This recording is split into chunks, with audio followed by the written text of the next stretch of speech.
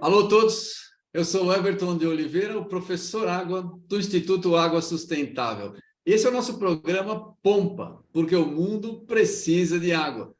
E a gente traz pessoas para vocês que trabalham com água, eles têm sempre alguma coisa interessante para nos acrescentar. O trabalho com água é extremamente extenso e qualquer conversazinha que você ouve sempre acrescenta no seu conhecimento e nas ideias de como tornar o nosso planeta um planeta melhor para que todos possam viver adequadamente. E água é extremamente importante para a qualidade de vida de todo mundo. E hoje não é diferente, eu vou trazer para vocês aqui a Mônica Amorim Gonçalves. Ela é bióloga com especialização em ecologia e recursos naturais. Ela tem mestrado em biologia vegetal e doutorado em oceanografia ambiental pela Universidade Federal do Espírito Santo. Ela é atual gerente de planejamento, pesquisa e apoio ao CIGER do Espírito Santo e da AGER do Espírito Santo. O nosso programa, gostaria de lembrar para vocês, o nosso programa tem o patrocínio da Hidroplan. Ela é uma empresa de projetos e consultorias em temas relacionados à água e meio ambiente. Faça como a Hidroplan, patrocine iniciativas do Instituto Água Sustentável e do Professor Água, porque o mundo precisa de água. Vamos lá, Mônica, bem-vinda.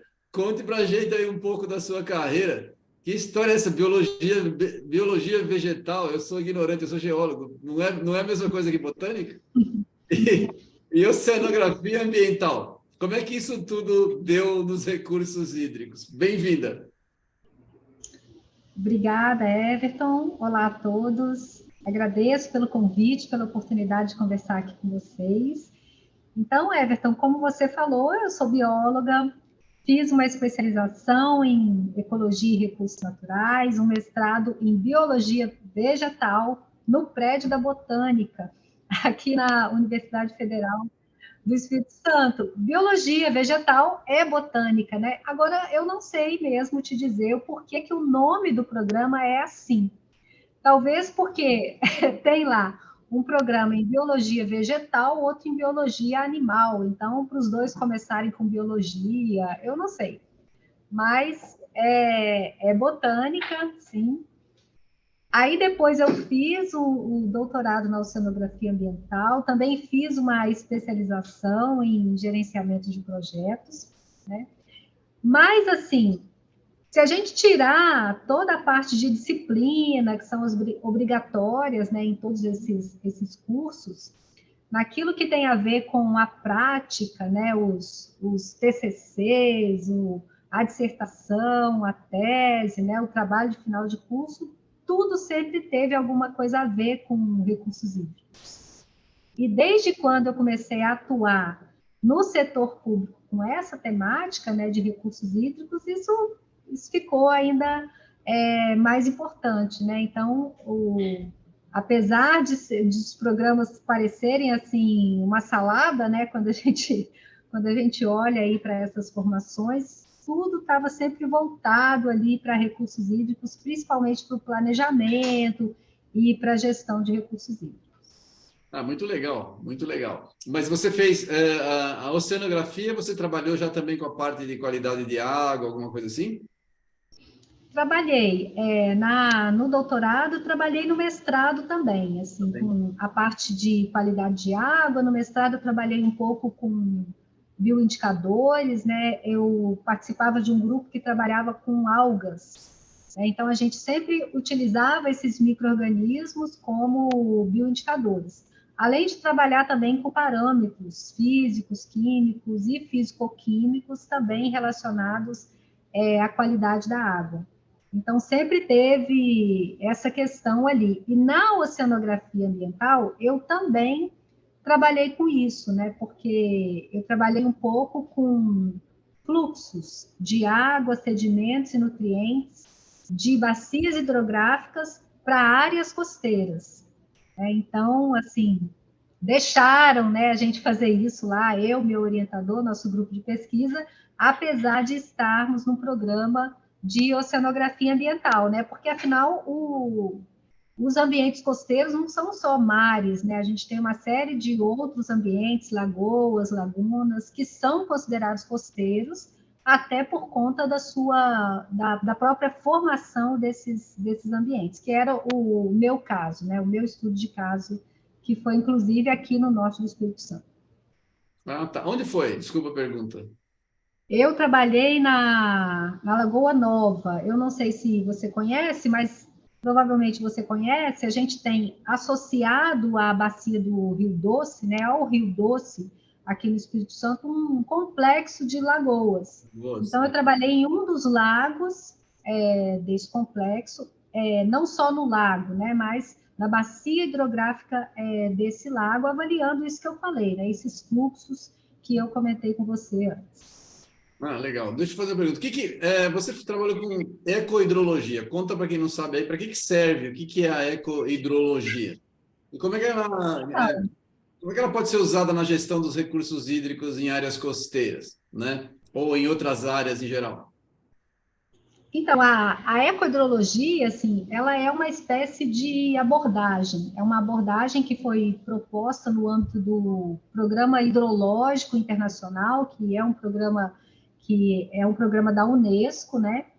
E ela é uma abordagem que busca integrar processos. No caso, processos hidrológicos e processos ecológicos. E uma coisa que eu sempre gosto de pontuar, né, quando a gente fala sobre isso, né, sobre essa abordagem, é que para fazer gestão a gente precisa de informações e boas informações, né, as melhores, né, que a gente puder ter.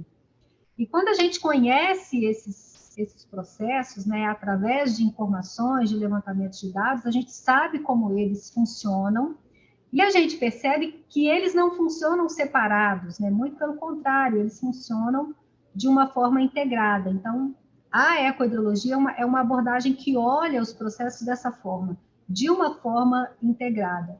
E a partir daí é possível fazer uma série de coisas, né? Eu, por exemplo, trabalhei muito com qualidade de água e eutrofização na minha pesquisa de doutorado, e olhando aspectos, né, que têm influência na qualidade da água e nos processos de eutrofização, tanto em ambientes de córregos, rios, como no ambiente lêntico, né, do lago no qual eu trabalhei. Ah, que legal, que legal. Interessante isso daí, né? Isso está bem ligado com a parte de contaminação, porque a eutrofização vem muito da ação antrópica, não é isso? Bem, bem. Tanto que a gente pesquisou, né, no doutorado, eu pesquisei dentro do lago, fora do lago, na bacia hidrográfica, as atividades de uso do solo, né? Porque tudo isso ajuda a gente a entender o efeito que a gente pode observar nos córregos por meio dos resultados que a gente tem quando a gente faz as análises, né, de qualidade da água, por exemplo, como nos efeitos que a gente pode observar no próprio ambiente lacustre. Ah, interessante. Agora, vamos perguntar uma coisa. Eu trabalhei bastante aí, trabalho ainda, né, no Espírito Santo, então eu estou cheio de perguntas. Eu posso te encher o saco aqui durante um tempão. Vamos lá. Você trabalha no AGER, que é a agência, explica um pouquinho, fala da AGER para a gente, e fala um pouquinho da situação dos recursos hídricos aí no Espírito Santo. Quais são os problemas, quais são os bons exemplos que vocês têm aí, né? E, principalmente, para quem é daí da região conhece, o que está sendo feito para a região de Vitória, porque tem um problema de água muito sério aí, né, de abastecimento. Conta para gente. Tá, então, vamos lá, começando pela AGER, né? A AGER é o órgão gestor de recursos hídricos do Estado do Espírito Santo, né? Ela é uma autarquia que fica ligada aqui à Secretaria de Estado de Meio Ambiente e Recursos Hídricos. São duas autarquias que ficam ligadas a essa secretaria, a AGER e o IEMA, que é o Instituto Estadual de Meio Ambiente. Então, eu trabalho aqui, fico ligada aqui na diretoria técnica da AGER, na gerência, como você falou no início, né? Eu não sei se o pessoal vai lembrar, é a gerência de planejamento, pesquisa e apoio ao CIGER, tá? planejamento, porque nós lidamos aqui principalmente com dois dos instrumentos de gestão de recursos hídricos, né, os dois instrumentos de planejamento, os planos de recursos hídricos e o enquadramento. Então, a gente trabalha aqui na gerência com isso. E o apoio ao SIGER. O SIGER é a sigla para o Sistema Integrado de Gerenciamento de Recursos Hídricos do Espírito Santo. Esse apoio ele se dá principalmente para os comitês de bacias hidrográficas, né? Hoje a gente tem instituídos aqui no estado 14 comitês de bacias, é um estado pequenininho com esse montão de comitês. Então a gente tem todos esses colegiados aí para a gente dar um suporte nas secretarias executivas, no funcionamento, nas reuniões e também na capacitação desses colegiados, tá? Aí você me perguntou sobre os bons exemplos, né? Os bons exemplos e quais são os problemas. Vou falar primeiro dos bons exemplos. Tá bom. Então, eu vou começar falando, Everton, sobre os bons exemplos que tem muito a ver aqui com o trabalho aqui na gerência, né? Que são os processos de planejamento. Hoje, o Espírito Santo tem todo o seu território coberto com processo de planejamento. Então, a gente tem Plano Estadual de Recursos Hídricos, a gente tem planos de recursos hídricos em todas as bacias e regiões hidrográficas, a gente tem enquadramento na maior parte das bacias, as únicas que não têm enquadramento são os 5 afluentes do Rio Doce, que ainda não tem, mas está em processo de elaboração, né, porque a gente está, inclusive, trabalhando junto com a Agência Nacional de Águas e o IGAM, na revisão do plano de recursos hídricos da Bacia do Rio Doce. Então, eu acho que esse é um exemplo bem legal, assim, nós somos, eu não sei se nós somos o único, mas nós somos um dos poucos estados que tem todo o seu território coberto com um processo de planejamento na área de recursos hídricos. Então, isso é uma coisa interessante, né? O estado também tem trabalhado com outros projetos para recuperação de bacias, né? A gente tem aqui um grande programa de PSA, por exemplo, que é o programa Reflorestar. Tem também um outro programa, né, que é o Pro-Bacias, que é voltado para ações de conservação da água e do solo, principalmente junto a prefeituras e junto a proprietários rurais, e que também tem um foco em algumas áreas que ficam no sul do estado, que são muito atingidas, né, que sofrem muito com inundações, inclusive com perdas de vidas, né? O que é bastante grave. Tá?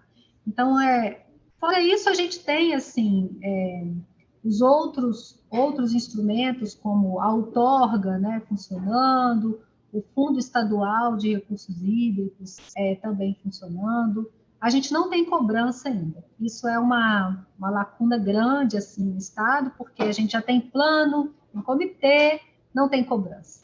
Então, a gente está um pouco agarrado nisso. Vocês não têm ainda um mecanismo legal para isso? Aí, o que está segurando a cobrança? Tem os mecanismos legais postos, né? Mas a gente tem, assim, digamos, uma dificuldade em que os comitês discutam essa questão da implementação da cobrança, né?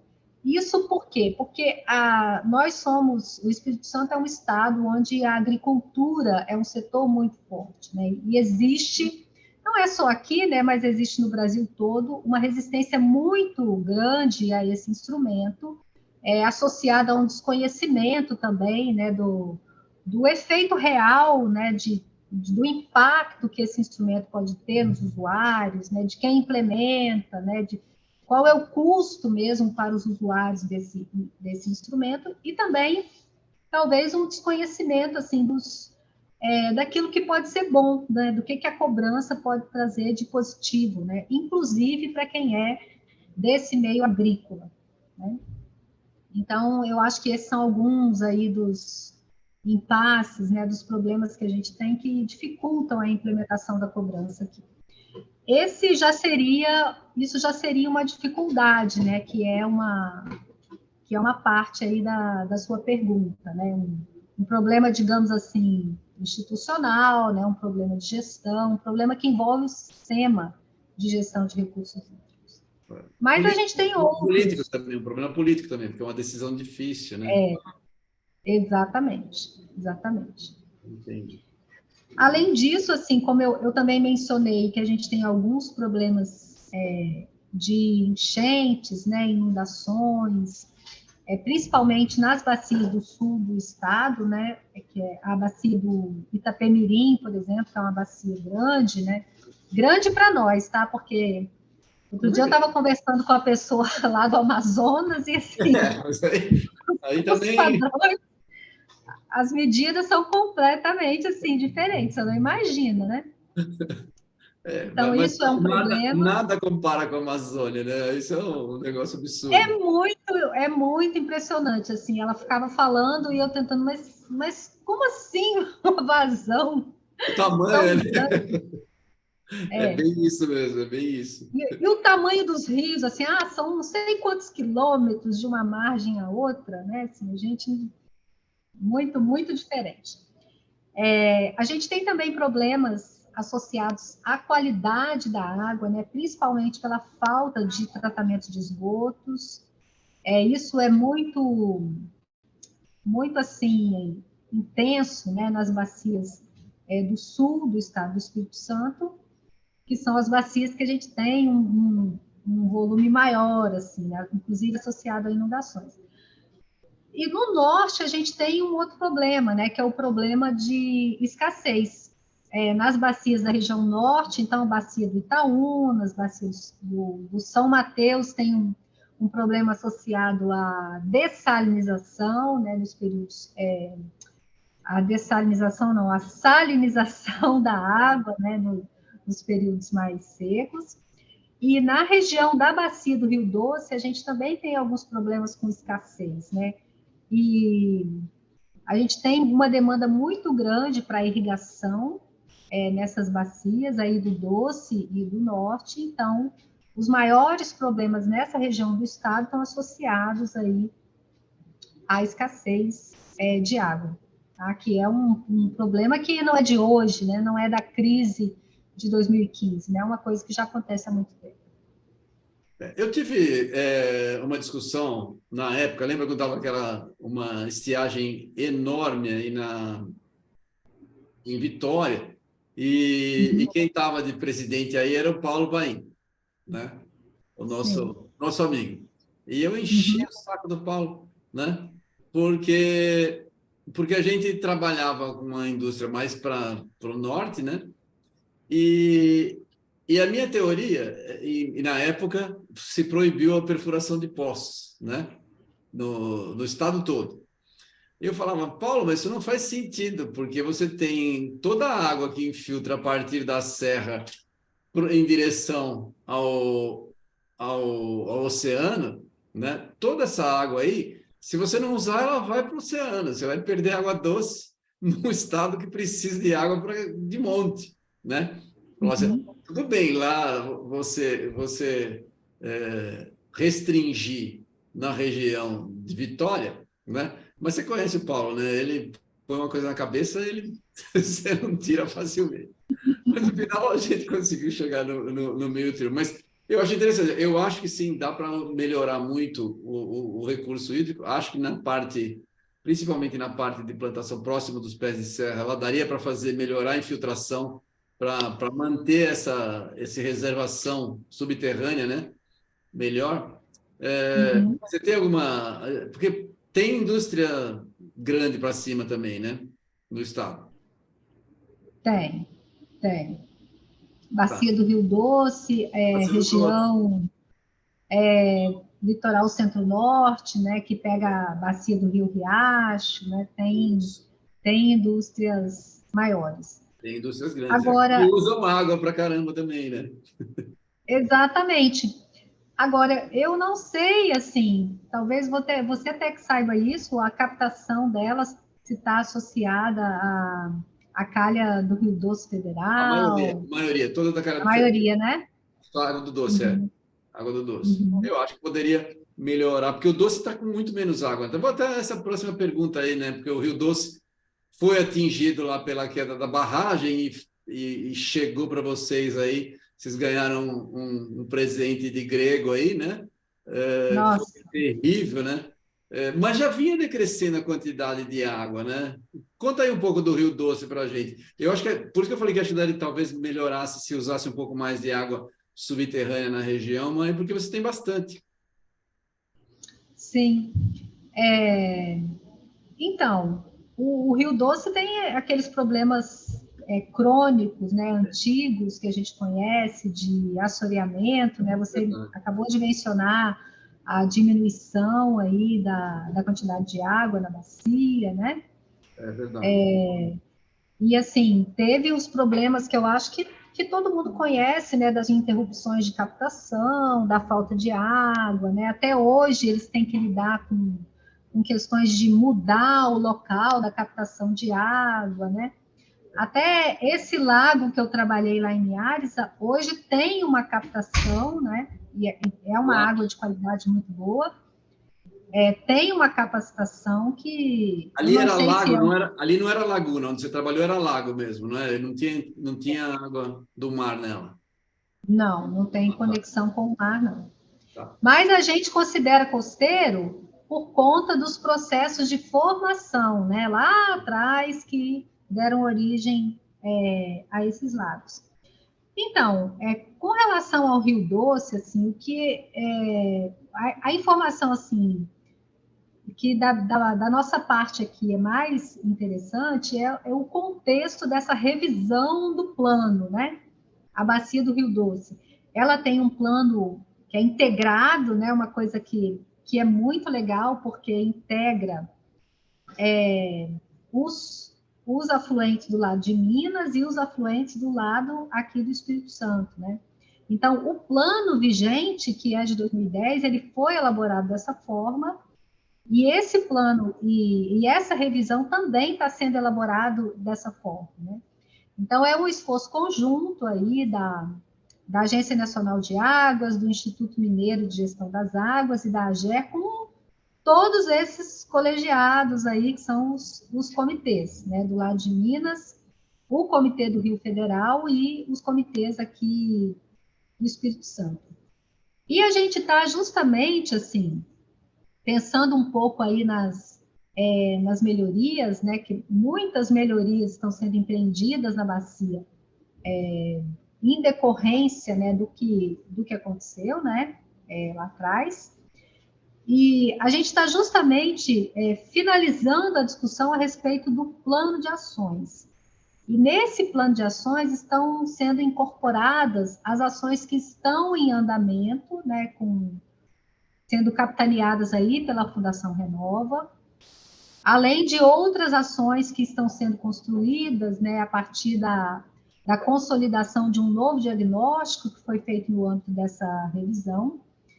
E uma outra coisa que é bem interessante também nesse processo são as propostas de enquadramento que estão sendo consolidadas para os afluentes capixabas e eu acho que também para a calha federal do Rio Doce. Então, isso tem tudo a ver com os usos, né, que se faz dessas águas, né, as exigências em termos de qualidade e o que é que e vai orientar melhor, né, o que se precisa colocar em prática para melhorar, né, essas condições de qualidade, disponibilidade de água nessa bacia. Ah, interessante. Deixa eu fazer uma pergunta, pessoal. Você está otimista em relação a isso? Porque isso é um trabalho enorme, né? Isso é um trabalho enorme. Em relação ao que já andou e ao que vem para frente, você está otimista? Como é que você está achando? Porque tem muita coisa para fazer. Tem muita coisa, assim, é um trabalho gigantesco, mas eu estou otimista, assim, porque eu vejo, assim, as coisas caminhando, principalmente depois do acidente, né? Eu vejo assim, foi uma crise, né, um problema enorme, mas que mobilizou, assim, mobilizou as instituições, né, mobilizou as pessoas, mobilizou dinheiro, né, e isso, eu acho que isso faz com que as coisas aconteçam. Então, por causa disso, eu estou otimista. Quando eu vi na proposta do plano de ações, né, que está sendo conduzido pela ANA, junto com uma empresa de consultoria e os órgãos gestores, a inserção das ações já em andamento, né, sendo implantadas com recurso da cobrança, que existe na calha federal e existe nos afluentes mineiros, aqui no Espírito Santo, como eu falei, não tem. E dentro desse plano de ações também as ações assim que estão sendo executadas e previstas, né, capitaneadas pela Fundação Renova, eu fiquei assim, é como se a gente se aproximasse um pouco mais da realidade, sabe, Everton? Porque os planos, às vezes, assim, eles são muito pouco execuíveis, assim, a gente viaja, né, na hora de fazer o planejamento, tem que tomar muito cuidado com isso, e acaba colocando um monte de coisas que depois fica muito difícil tirar do papel. Mas, assim, esse plano que está sendo construído, assim, ele está sendo feito de uma forma muito, assim, realista, né? Está mais pragmático, né? Então, por causa disso, eu estou otimista com relação à implementação dessas ações que estão sendo propostas. Muito legal. Serve até de exemplo para próximos trabalhos fora dali, né? Porque você está vendo que dá certo já. Interessante, interessante. Uhum. Porque ali tem dinheiro, né? Depois do acidente, a coisa teve que andar, né? Interessante, Isso, exatamente. interessante. Fala, e depois do Plano Estadual de Recursos Hídricos aí do Espírito Santo, que foi em 2018, quais as mudanças que já foram conseguidas, né? O que está sendo feito? E, e junto aos comitês de bacia, como é que está andando isso? Então, assim, essa pergunta, eu não gosto muito dela não, sabe, Everton? Sabe por quê? Porque eu tive a oportunidade, assim, de conduzir a elaboração do plano estadual, né? E na época, assim, eu estava muito otimista, igual eu tô falando aqui agora do plano do Rio Doce. Ah, E eu achava que era possível, né, tirar do papel uma série de ações que foram colocadas lá no pé. E, infelizmente, não foram, né? Não foram, e assim, na minha opinião, não porque elas não sejam, assim, exequíveis, né? Mas, assim, uma coisa muito, assim, delicada, que é esses momentos que a gente passa por mudanças de gestão, sabe? Então, o plano estadual ele foi construído num governo, né? Ele foi entregue no final de 2018 e aí mudou o governo. E eu acho assim que a gente poderia ter, né? A gente que eu falo, né? O próprio órgão gestor, né? A própria sociedade capixaba poderia ter aproveitado melhor aquilo que foi proposto, né? Porque esse nosso plano estadual ele é um plano estratégico, né?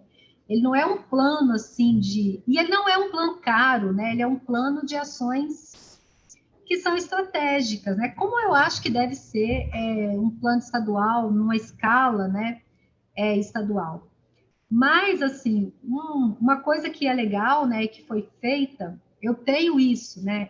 Talvez outras pessoas falariam assim, não, foi feito um monte de coisa, né? Mas acho que é porque eu estava tão dentro do processo, né? Que eu queria ver mais coisas saindo do papel.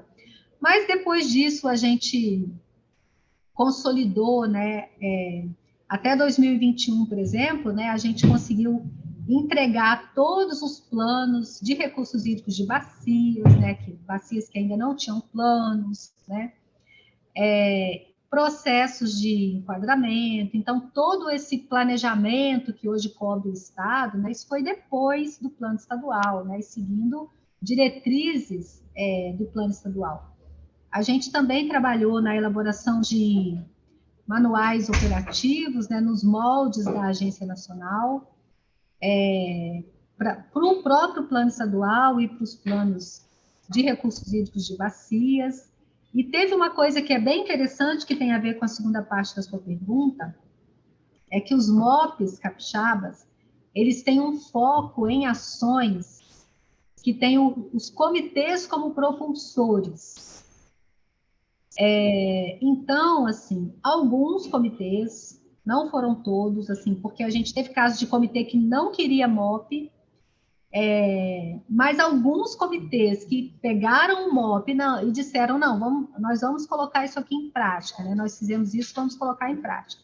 Então, em algumas bacias, muitas coisas foram feitas, né, em termos de organização desses colegiados, em termos de capacitação, né? Então, bastante coisa foi feita nesse sentido. E uma outra coisa que a gente tem aqui, que agora a gente está trabalhando, né? A gente está desenvolvendo nos moldes do que o IGAM faz, né? Um sistema de monitoramento da implementação dos planos. Isso é muito interessante, assim, que a gente fala assim, a gente fez o plano, ficou engavetado. Não ficou engavetado nada, tem um monte de coisa que foi implantada. E aí a gente começa a ver mesmo o quanto do plano saiu do papel, o quanto não saiu, quem é que foi o ator que ficou de braço cruzado, não fez o que tinha que fazer, então a gente pode cutucar ele. E a gente consegue ver também, assim, o quanto de ações que têm sendo feitas, às vezes pelo próprio governo, sem o link com o plano. Então, isso tem sido um trabalho legal que a gente está desenvolvendo. Bom, basicamente você consegue ter um mapeamento da evolução. Interessante, né? Isso, a gente consegue ver um percentual, assim, né, um percentual obtido de implementação e comparar com o percentual previsto, né, que é o que está posto no plano. E saber, assim, quem é que não fez o dever de casa e por que não fez, né? Então, isso tem sido um trabalho que a gente começou do meio do ano passado para cá, então a gente ainda não tem esses resultados para todos os planos, mas é uma coisa que dá um resultado bastante interessante. Legal. Só fazer uma pergunta. Você demonstrou uma certa frustração aí, mas também o plano saiu em 2018 e logo depois a gente teve a pandemia. Será que isso não foi uma das coisas também que possa ter retardado a implementação? Porque todo mundo parou com um monte de coisa durante praticamente 2 anos, né?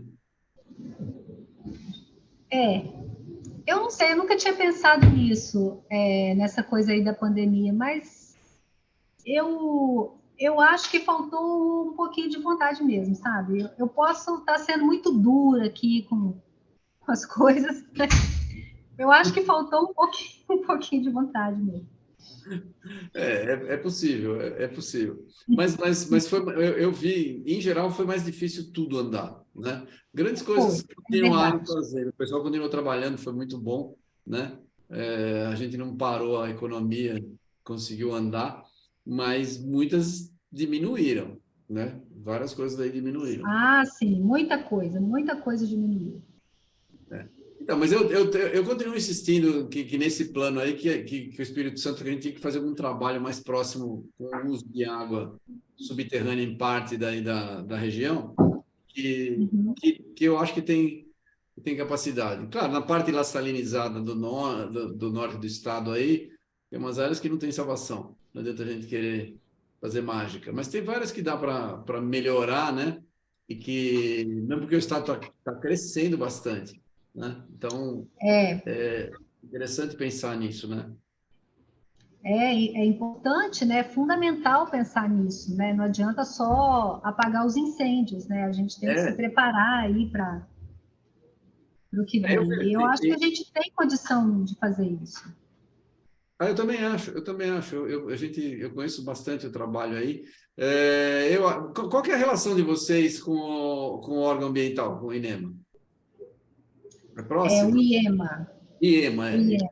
do- Olha, Everton, eu diria assim que é uma relação próxima para algumas coisas, ah, né? Porque eu acho assim que a gente tem no Brasil ainda uma dificuldade muito grande de integrar a área ambiental com a área de recursos hídricos, né? isso existe, né? Integrar esses instrumentos, fazer com que os instrumentos conversem, não é uma coisa simples, né? E esses dias estava ouvindo a Patrícia Bozon falar que é muito comum que a pauta ambiental ela engula a gestão de recursos hídricos, né? E ao invés de andar juntas, né? Então, eu acho que aqui, assim, em alguns aspectos a gente caminha junto, principalmente em questões mais institucionais, né? Mas eu acho que a gente poderia integrar melhor, né? Por exemplo, a gente tem o programa Reflorestar, que é um grande programa de PSA, né? Isso poderia estar mais integrado à gestão de recursos hídricos, à implementação dos próprios planos de recursos hídricos, né? Por exemplo, todos os planos têm ações, né, de reflorestamento, né, recuperação de áreas, né? Então, acho que a gente precisa avançar no sentido de integrar melhor esses instrumentos que existem ainda separados nessas duas pautas. Então, a relação é boa, mas tem aspectos a melhorar e que certamente podem trazer bons resultados para a gestão da água aqui no estado. Eu também acho, eu sinto isso, mas não só no Espírito Santo, né? A gente tem dificuldade. Isso, não só aqui. Isso é uma dificuldade em vários lugares, não só no Brasil também. É uma situação difícil, né? A gente tem uma integração, principalmente que a qualidade tende a ficar, né, ligada ao meio ambiente em geral, né? E a quantidade, principalmente, ligada aos recursos hídricos, né?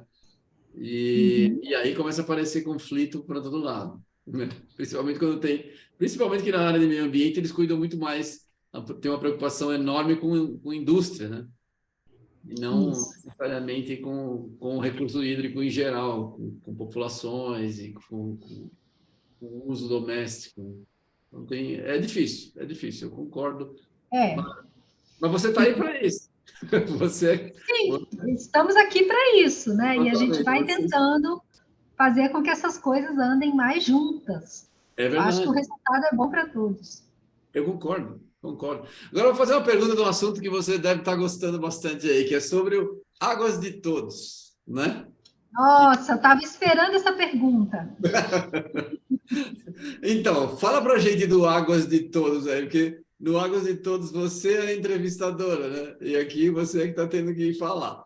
Isso. Lá eu sou a entrevistadora e é um papel que eu prefiro, viu, Everton? Eu prefiro ficar de entrevistadora, mas eu acho que eu até estou me saindo bem aqui e você está sendo bastante generoso aqui comigo também. Obrigada. Obrigado. Conta aí o que é o Águas de Todos.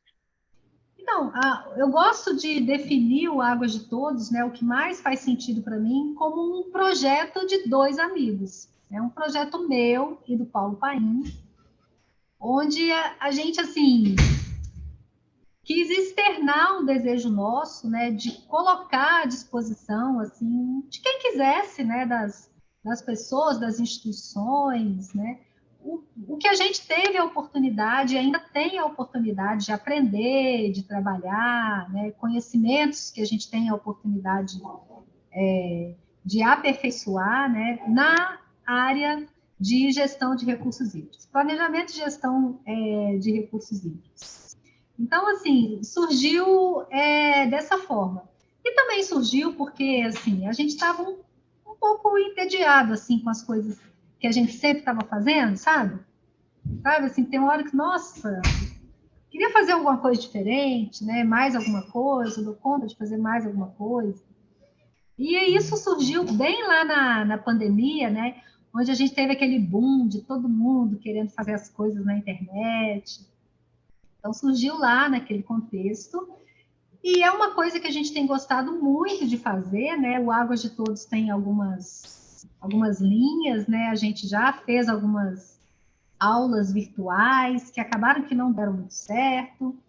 A gente tem um curso, né, gravado, que a gente tô falando tchau aqui para as colegas.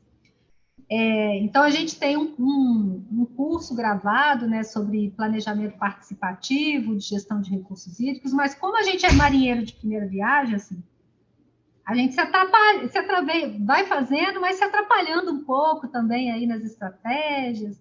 Então, o que eu acho que eu vou fazer em um mês, eu demoro 4 meses, né? E aí tem que conciliar com a vida, né? Com o trabalho, com a vida, com tudo. E então tem o curso, agora tem o podcast, né? O Gestão da Água no Osso, que é uma coisa assim que a gente está gostando muito de fazer, porque a gente está tendo a oportunidade de conversar com um monte de gente assim sobre vários assuntos. E o nosso foco é ouvir as histórias, né? Um pouco dos bastidores, um pouco das percepções, né, das pessoas, né, que realmente fizeram e fazem a gestão da água no Brasil. Então, esse é um trabalho que a gente está bastante animado. A gente está preparando também algumas outras coisas, né? Outros cursos, alguns e-books, né? Buscando melhorar um pouco nossa divulgação nas redes sociais, né? Aprendendo, né, com quem pode ensinar para nós como fazer isso de uma forma que possa alcançar, né, um maior número de pessoas. E é isso, assim, é um projeto que está no início, né, que eu acho que tem tudo para crescer, é uma coisa que a gente está gostando de fazer, é uma coisa que está envolvendo, né, um monte de gente. E É isso. fala do gestão da água no osso. Por que chama gestão da água no osso? Quem teve a ideia do nome? Gestão no osso é um bordão do Paulo Paim. O Paulo Paim tem vários bordões. E um dos que ele...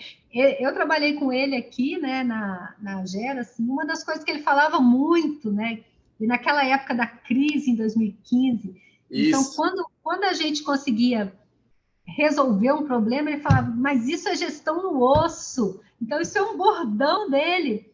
E olha que eu venho, Everton, há tempos falando, Paim, vamos fazer um podcast, é gestão no osso, gestão no osso. E ele demorou para poder aceitar e concordar comigo. Mas isso saiu da cabeça dele, né? Assim como tem outras coisas assim que eu só vi ele falar até hoje. Mas o nome é divertido, né? Parece que não tem nada a ver, mas gestão no osso é gestão de verdade, né? Não é para inglês ver, é gestão de verdade.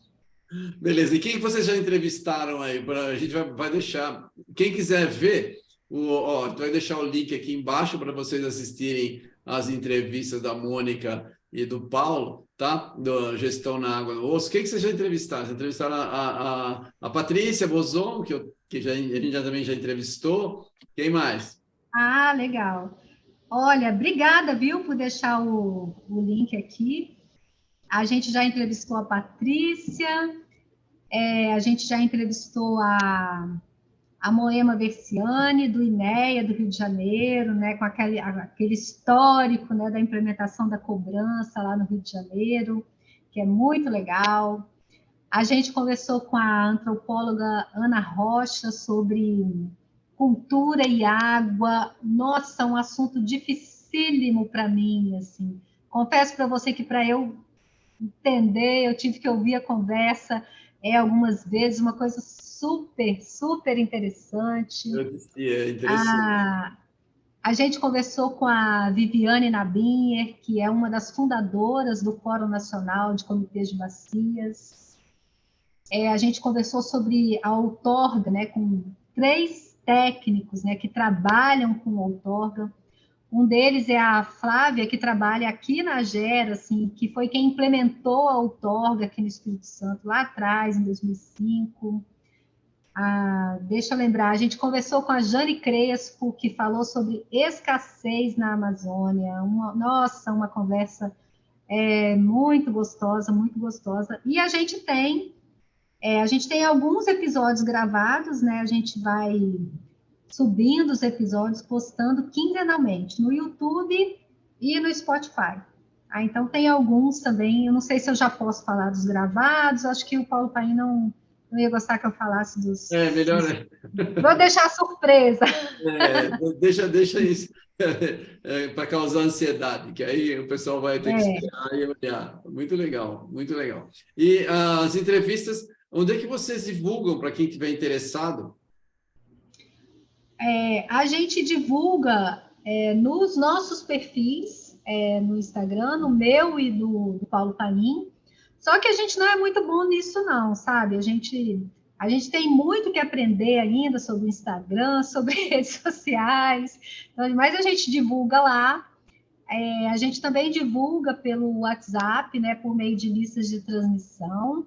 Agora tem uma pessoa ajudando a gente, né? Então a gente vai ficar, eu acho que nas próximas semanas, com uma lista de transmissão um pouquinho maior. E a gente vai divulgar também por um disparador de e-mails, né?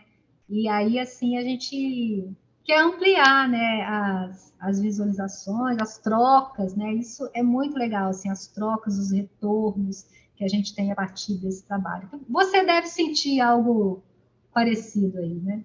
Sim, sim, eu sei, eu sei. A gente vai ajudar vocês, vamos dar uma divulgada aí no trabalho.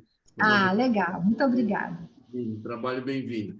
E qual a expectativa do Paulo? O Paulo está aposentado agora? Ele vai ter tempo para isso daí? Como é que é? Ele está estudando, nossa, ele está estudando muito. Cada dia ele aprende uma coisa diferente na internet, na rede social. Ele está super animado, assim, porque ele busca as pessoas, assim, lá atrás, né, lá no fundo. E uma coisa legal, assim, que a gente está vendo que está acontecendo, é que, às vezes, assim, quando a gente conversou com a Ana Luísa, por exemplo, a antropóloga, tinham outras pessoas assim da gestão, né, de muito tempo, desde antes da lei, né, como a Patrícia Bozon fala, que não conheciam a Ana, né, e aí ela acaba trazendo umas coisas assim que são interessantes, né. Mas o Paim, assim, é quem está mais animado, né, com o programa, porque, segundo ele diz, ele sempre quis ter um programa de rádio. Então, assim, como rádio é uma coisa que poucas pessoas ouvem hoje, né? Então, eu acho que ele está realizando o sonho dele aí de outras formas, mas está realizando. E ele está super empolgado, está aposentado, né? Como você falou, está fazendo consultoria e está super empenhado aí no Águas de Todos e no programa Gestão da Água no Uso. A gente tem um trabalho, eu acho que vocês têm um trabalho interessante, que vocês trabalham numa trilha diferente da que nós trabalhamos. A gente tem um foco, uma das coisas que a gente quer fazer, né, que a gente tem trabalhado, é divulgar a água para fora do nosso círculo de especialistas. Esse nosso programa é Uhum. um programa para pessoas que já trabalham com água, mas é um objetivo um pouquinho, assim, falar com pessoas. Como a gente entrevista várias áreas separadamente, tem muitos técnicos que nem conhecem o outro. O que você falou, você trouxe a Tem, tem. sabia quem ela era, né? E isso Uhum. ajuda muito, porque abre os horizontes. A gente como especialista, a gente acaba ficando muito, muito centrado naquele assunto único. E aí tem alguém que tem uma ideia diferente, né? E que pode acrescentar muito na solução e a gente nem vê. Então, isso tem ajudado bastante. Muita gente comenta isso, eu vi uma coisa interessante, eu nem sabia, né? Uhum. Então anda, a gente está trabalhando. Vocês têm uma trilha diferente, vocês estão trabalhando na parte de gestão, né? Tem um monte de gente que Uhum. faz gestão bem no Brasil, né? E que muita gente nem sabe, né? Muita gente nem sabe. Pois é. Então tá andando bem. E a gente tem um trabalho, claro, para tentar atingir esse público fora da área, faz trabalho com criança, né? Que as pessoas não. O pessoal fala, você acha que a água vem da torneira, né? É só isso, né? E não é, né? Aí você precisa de um agente para Não fazer um é. trabalho desse aí grande, né? Beleza. Uma pergunta. Como é que você acha que a gente pode... Você tem alguma ideia que a gente possa trabalhar junto com o Instituto Água Sustentável, o Professor Água e o Gestão no Osso e o Águas de Todos? Olha, eu costumo dizer, Everton, que assim, tudo começa com uma conversa. Eu acho que eu conheço um pouco do seu trabalho, né?